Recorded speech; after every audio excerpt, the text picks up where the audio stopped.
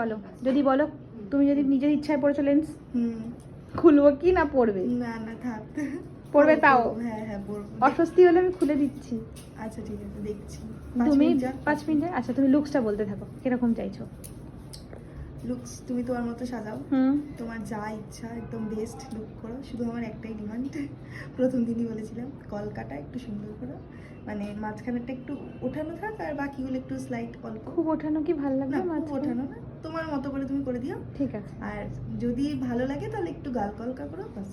ঠিক আছে চলো এটাই start চাই। করি। আর তুমি তোমার মতো করে দাও, কোনো ব্যাপার না। ঠিক আছে চলো স্টার্ট করি। হ্যাঁ হ্যাঁ একদম পারফেক্ট। ফোনে আমরা যা দেখি তার থেকে সামনাসামনি একদম দুর্দান্ত। হেয়ার স্টাইল কলকা, মানে অসাধারণ অসাধারণ।